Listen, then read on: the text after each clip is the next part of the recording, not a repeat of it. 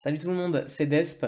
Donc si vous avez cliqué sur cette vidéo, c'est que vous avez entendu parler d'IA générative, de création d'images par IA, ou même plus précisément de Midjourney. Mais en tout cas, si vous voulez créer des images grâce à Midjourney, vous êtes au bon endroit. Je vais tout vous expliquer dans cette vidéo, je vais essayer de faire le plus complet possible. Midjourney, qu'est-ce que c'est? C'est ce qu'on appelle une IA text to image, c'est-à-dire que c'est une intelligence artificielle qui va créer une image à partir d'une description. Description qu'on va appeler prompt. Donc la première étape, c'est de vous rendre sur le site midjourney.com. Donc une fois que vous êtes sur le site de Midjourney, vous allez simplement cliquer en bas à droite sur le bouton Join the Beta. Voilà, vous allez faire continuer vers Discord ensuite et rejoindre Midjourney. Donc vous allez être invité sur le serveur Discord de Midjourney. Hop, donc voilà, vous avez un petit captcha à résoudre pour vérifier que vous n'êtes pas un robot. Et donc voilà, donc là on arrive sur le serveur Discord de Midjourney. Et ici vous avez simplement à vous rendre sur un des canaux. Vous voyez sur la gauche, en fait, vous avez tous les canaux disponibles. Et donc, vous avez simplement à cliquer sur un des canaux Newbies avec un numéro après. Vous pouvez aller sur n'importe lequel. Là, je vais cliquer sur Newbies 28. Et là, vous pouvez commencer à créer. Donc, la base pour créer, c'est de taper la commande /imagine. Donc, IMAGINE. Et là, vous pouvez mettre la description que vous voulez. Donc, par exemple, un paysage montagneux. Voilà, ils vont vous demander d'abord d'accepter les conditions d'utilisation. Donc, vous avez juste à cliquer sur un petit bouton. De toute façon, il va vous le suggérer automatiquement quand vous allez faire votre première commande. Là, donc, il vous explique les conditions de base. C'est-à-dire que par défaut, pour l'utilisation gratuite, vous avez le droit à seulement 25 images. Voilà, vous pouvez créer 25 images. Ensuite, il va falloir prendre un abonnement si vous voulez en générer plus. Et donc, voilà, là, ça y est, il a créé mon image. Vous voyez un paysage montagneux. Voilà un petit peu le résultat que ça m'a donné. Les résultats sont très bien déjà. Donc à savoir que ça, donc c'est vraiment la base. Utilisez les commandes depuis les canaux Newbie. Mais si vous prenez un abonnement, vous pouvez parler directement à l'utilisateur Midjourney Bot, ici que vous voyez sur la droite sur la liste des utilisateurs. Vous pouvez lui parler directement par message privé ou même l'ajouter à votre serveur pour l'utiliser depuis votre serveur Discord. Donc là, c'est un compte que j'ai créé spécifiquement pour l'occasion. Donc j'ai pas d'abonnement Midjourney dessus. Donc je vais passer sur mon compte principal. Et donc voilà, comme vous pouvez le voir ici sur mon compte principal, je peux parler directement en message privé avec Midjourney. Donc c'est beaucoup plus clair, bien sûr, c'est plus pratique, mais donc il faut un abonnement pour ça. Donc si je refais le même prompt, un paysage montagneux. Voilà, pendant qu'il est en train de charger, simplement, première astuce, déjà, vous pouvez lui donner des consignes en français, il comprend le français, il saura vous donner des résultats en français. Mais généralement, les résultats sont quand même un petit peu meilleurs en anglais. Donc, si vous avez le choix, si vous savez comment formuler précisément votre prompt en anglais, préférez quand même l'anglais, mais c'est pas obligatoire. Voilà donc le résultat pour un paysage montagneux.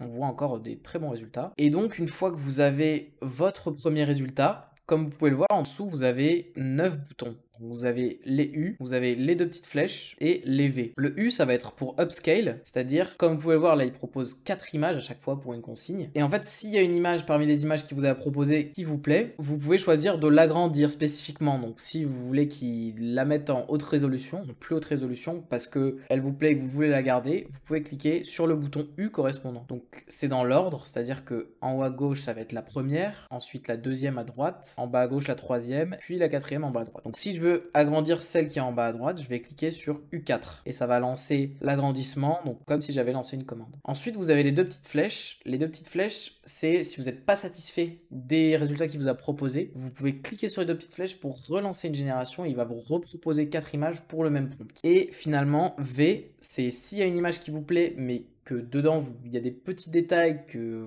vous aimez pas ou que, voilà, qui vous plaisent pas, vous cliquez sur le V correspondant à l'image et il va vous générer des variations de cette image. Voilà, donc ça c'est vraiment les bases. Les variations avec V, upscale avec U et les flèches pour relancer une génération. Donc voilà, une fois qu'on a upscale une image, on a ce résultat là, donc avec une seule image agrandi, donc plus haute définition. Comme vous voyez, le résultat est plutôt sympa. Et là, il va nous proposer d'autres options. Donc il y a les variations, donc ça revient à comme si on cliquait sur lever dans l'étape d'avant. Light Upscale Redo, c'est-à-dire qu'il va refaire l'upscaling en modifiant légèrement. Donc c'est si vous n'êtes pas parfaitement satisfait du résultat de l'agrandissement, mais que vous voulez garder cette image de base. Donc je clique dessus. Donc là voilà, une fois qu'on a fait le Light Upscale Redo sur notre image, donc il va refaire l'upscaling en changeant légèrement les détails et les textures, on voit qu'on a à nouveau des boutons qui apparaissent. Donc on a Detailed Upscale Redo, celui-ci va agrandir l'image en rajoutant beaucoup de détails fins, en essayant de rajouter plus de détails fins. Vous avez aussi Beta Upscale Redo, celui-ci ce qu'il va faire c'est qu'il va pas trop changer la manière de faire l'upscaling, par contre il va agrandir beaucoup plus l'image. Au lieu d'avoir au final une image 1024 par 1024, on va avoir une image 2048 par 2048. 48 si vous avez des images carrées par exemple. Et on a le bouton Remaster qui lui va partir de la même base d'image mais en utilisant un modèle différent. En fait, il va pas utiliser le Midjourney classique, il va utiliser le modèle test beaucoup plus créatif. Donc vous allez avoir en fait, là j'ai cliqué sur Remaster pour vous montrer un petit peu le type de résultat qu'on peut obtenir. Vous voyez, il reprend un petit peu la structure de base de l'image, mais on a vraiment des types d'images très différents, beaucoup plus créatifs. Donc voilà, ça peut être une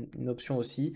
Et ensuite là, vous avez, voilà, vous repartez sur les U et les V, mais simplement vous avez que 2 images. Voilà, donc ça c'est vraiment pour les bases de l'utilisation de Midjourney, tout ce qui est présenté au départ finalement. Et là, on va rentrer dans les paramètres de Midjourney parce que vous pouvez modifier les paramètres de Midjourney. Par défaut, il y a certains paramètres. Donc c'est ce qu'on va regarder tout de suite. Pour accéder aux paramètres de Midjourney, c'est très simple. Il faut taper /settings, hop, et il va vous afficher vos paramètres. Donc vous voyez, vous avez plusieurs versions de Midjourney.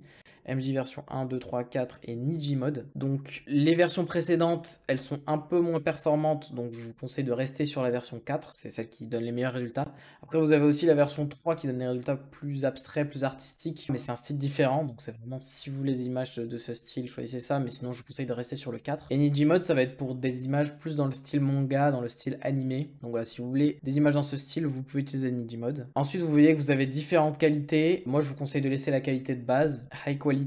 Ça va augmenter un tout petit peu la qualité, mais ça coûte plus cher. Il n'y a pas vraiment d'intérêt à mon sens. Donc ensuite, vous avez les paramètres de style. Donc ça, Midjourney a un style en fait d'image assez particulier et ce paramètre, c'est ce qui va vous permettre de déterminer à quel point vous voulez qu'il stylise les images que vous allez créer dans son style. Donc plus vous augmentez, plus ça va être stylisé à sa manière. Donc ça c'est à vous de voir. Ensuite donc les upscale, ça c'est ce dont on a parlé précédemment. Et donc là il y a la confidentialité. Stealth mode, c'est si vous voulez que personne ne puisse être au courant de ce que vous avez demandé. Fast mode, relax mode, c'est la vitesse à laquelle il va générer vos images. Je vous conseille de laisser en fast mode. Après, selon votre abonnement, vous aurez une limite de fast mode, vous ne pourrez pas laisser à l'infini en fast mode, ça dépend des abonnements. Et finalement le remix mode, donc ça par défaut c'est pas activé. Moi c'est quelque chose que je vous conseille d'activer. En fait ça va permettre, si je ne l'active pas et que je lui demande ici des variations par exemple de la 4e image, donc on va rester sur la 4e image, voilà l'image que j'avais en 4e image, là je lui demande des variations et voilà le résultat que j'obtiens. Donc c'est des images très similaires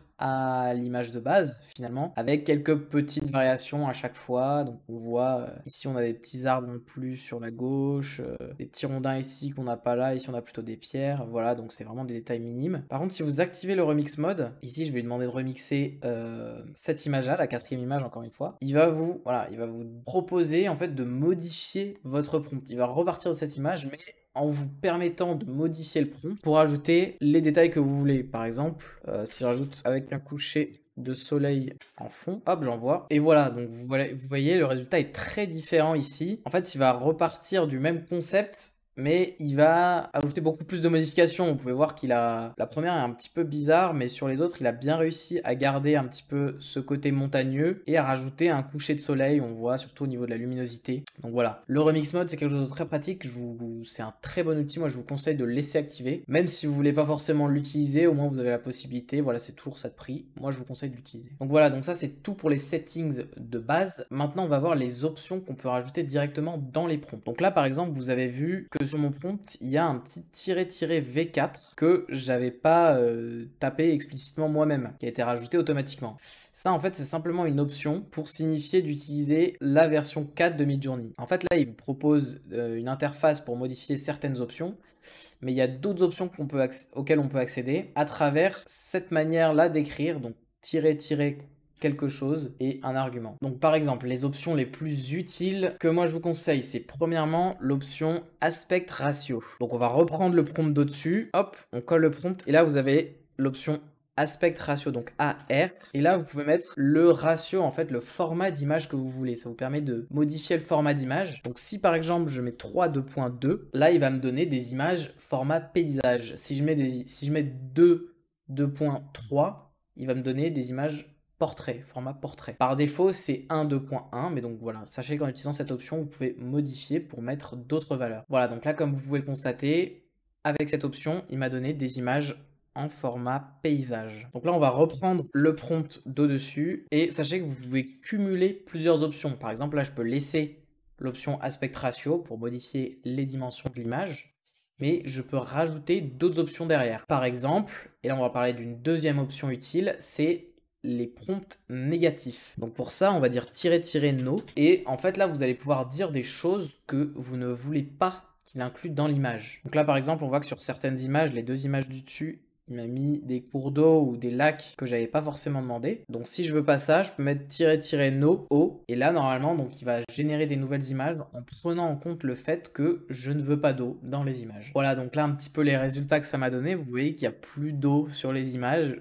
Sur celle-ci, j'ai l'impression qu'il m'a mis de la neige à la place. On voit un petit peu de la neige en bas à gauche. Mais donc voilà, on voit qu'il inclut plus d'eau dans les images. Donc les résultats sont encore vraiment très sympas ici. Ensuite, donc une autre option qui peut être très utile, c'est la seed. Alors la seed, qu'est-ce que c'est? C'est une valeur cachée derrière votre image. Cette valeur-là qui va définir l'image aléatoire de laquelle il va partir pour construire votre image. Donc si vous prenez 2 fois la même seed avec 2 fois la même consigne, vous aurez 2 fois le même résultat. Donc vous pouvez utiliser ça pour garder une base en modifiant le prompt. Pour connaître la seed d'une image, il va falloir ajouter une réaction sur un résultat, il va falloir envoyer une enveloppe comme réaction et hop, il va vous envoyer un message avec la seed. Et donc là, je peux mettre le prompt que j'utilise depuis tout à l'heure, donc qui n'est pas le même exactement que j'avais utilisé pour cette image-là.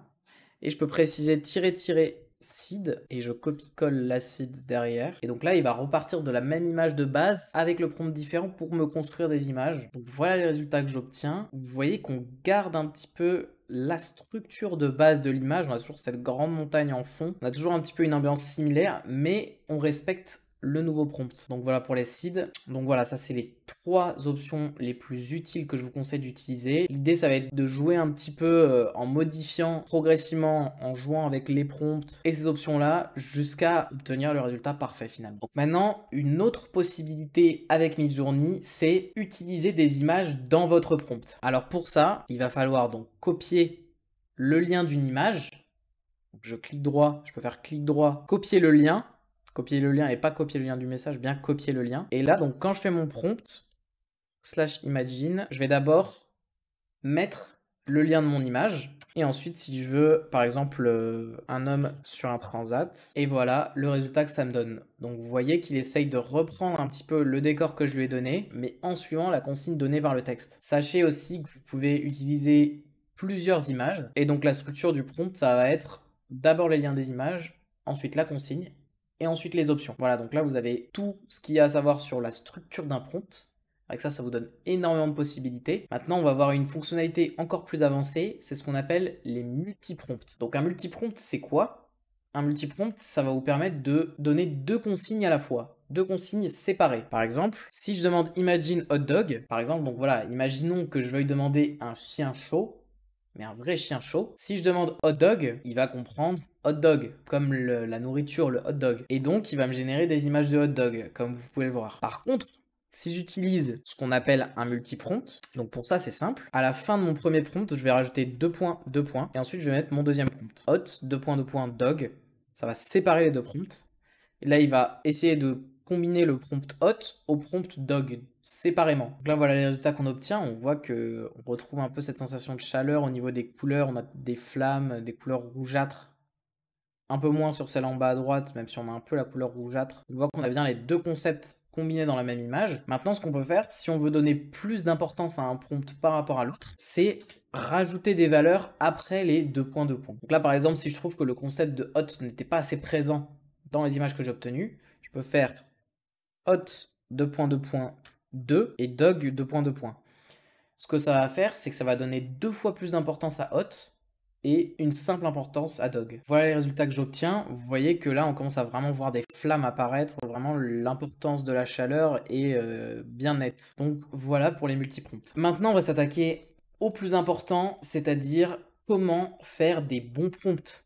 Parce que c'est ce qui va être le plus intéressant. C'est bien de jouer avec les options, avec toutes les possibilités qui sont offertes par Midjourney, mais le cœur du problème, ça va vraiment être de donner des bons prompts pour avoir de bons résultats. Donc la première chose, essayez de faire une description la plus détaillée possible de l'image que vous voulez. Plus il y a de mots, généralement, mieux c'est. Et n'hésitez pas à utiliser des virgules. Donc si vous avez beaucoup d'informations différentes à donner dans un même prompt, séparez-les toutes par une virgule. Regardez par exemple, maison de montagne, virgule, paysage montagneux, virgule, au bord d'un lac, virgule, entouré de sapins, virgule, magnifique, virgule, photo réaliste. On va voir le résultat que ça va donner. Voilà, donc voilà les résultats qu'on obtient. Ça correspond, on voit que ça correspond très bien à la description qu'on a demandé. On a de très belles images. Et comme vous pouvez le voir, à la fin, j'ai donné deux termes qui sont pas vraiment des informations sur qu'est-ce qu'on veut dans l'image, mais plus sur la qualité de l'image. Donc magnifique et photoréaliste. C'est ce qu'on va appeler des tags.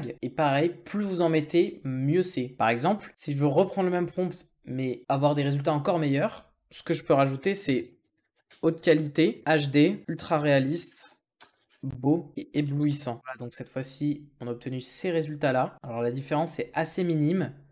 On voit qu'ici, il y a un peu de grain. C'est des images qui se font un peu moins réalistes, alors qu'ici, on a vraiment des reflets très très propres. Les résultats sont vraiment très beaux. Donc n'hésitez pas vraiment à multiplier les tags.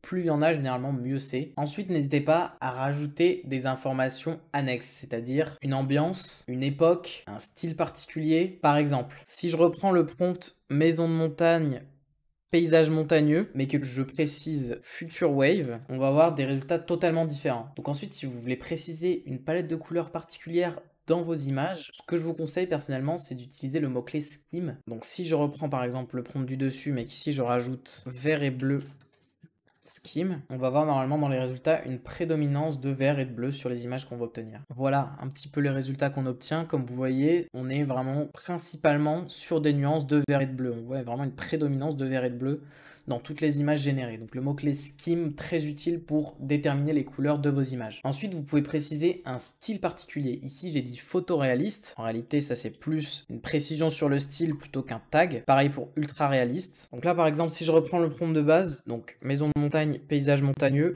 mais que je rajoute in the style of a retro game, il va me le donner dans un style jeu rétro. Mais vous pouvez dire n'importe quoi. Vous pouvez dire dans le style d'une peinture. Vous pouvez même préciser un artiste et il va s'inspirer de ce style-là pour créer ces images. Donc là, voilà un petit peu les résultats que ça m'a donné. On voit qu'il a plus pris le style rétro que le style game, mais vous avez l'idée. Il existe toutes sortes de styles que Midjourney peut répliquer. Et pareil, toutes sortes de mots-clés que vous pouvez donner. Vous pouvez même donner des noms d'artistes si vous voulez répliquer le style à un artiste particulier. Par exemple, si je reprends le prompt maison de montagne, mais que je mets in the style of Van Gogh. Voyons voir les résultats que ça me donne. Bon, voilà, j'ai essayé plusieurs fois. Voilà un petit peu les résultats que j'ai obtenus. Bon, dans ce cas-là, le style de l'artiste n'est pas parfaitement respecté, mais il y a une multitude d'artistes avec lesquels vous pouvez essayer pour votre prompt. Donc pour récapituler, on essaye de donner le maximum d'informations, le maximum de détails, essayer de préciser si possible une ambiance, une époque ou un style, ou même un artiste duquel s'inspirer. Rajouter le maximum de tags pour augmenter la qualité, et vous aurez déjà des très bons prompts. Ensuite, si vous voulez savoir un petit peu tous les mots-clés que vous pouvez donner ou tous les artistes avec lesquels vous pouvez jouer, ou même si vous voulez simplement vous inspirer, ce que je vous conseille, c'est d'aller directement sur le site de Midjourney.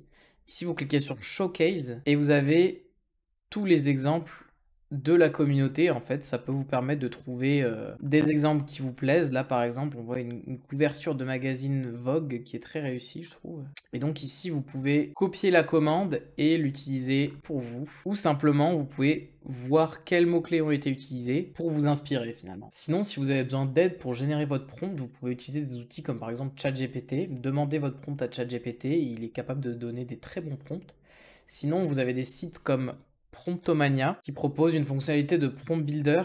Ici, vous dites que vous utilisez Midjourney et pas à pas, en fait, il va vous permettre de créer votre prompt en vous proposant plein de possibilités, donc que ce soit des artistes ou des détails, etc. Et sinon, vous avez le site Prompt Base qui est en fait une marketplace de prompts. Donc si ici vous arrivez à créer des très bons prompts, vous pouvez les vendre.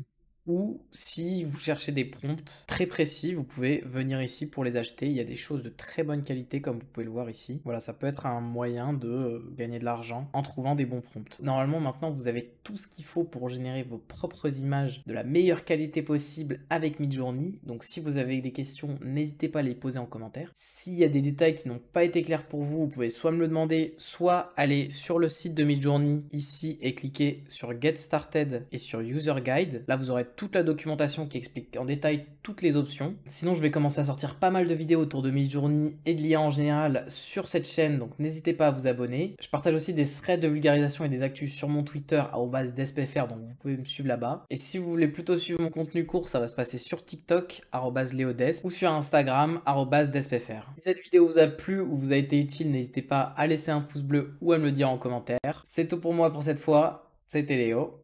Salut!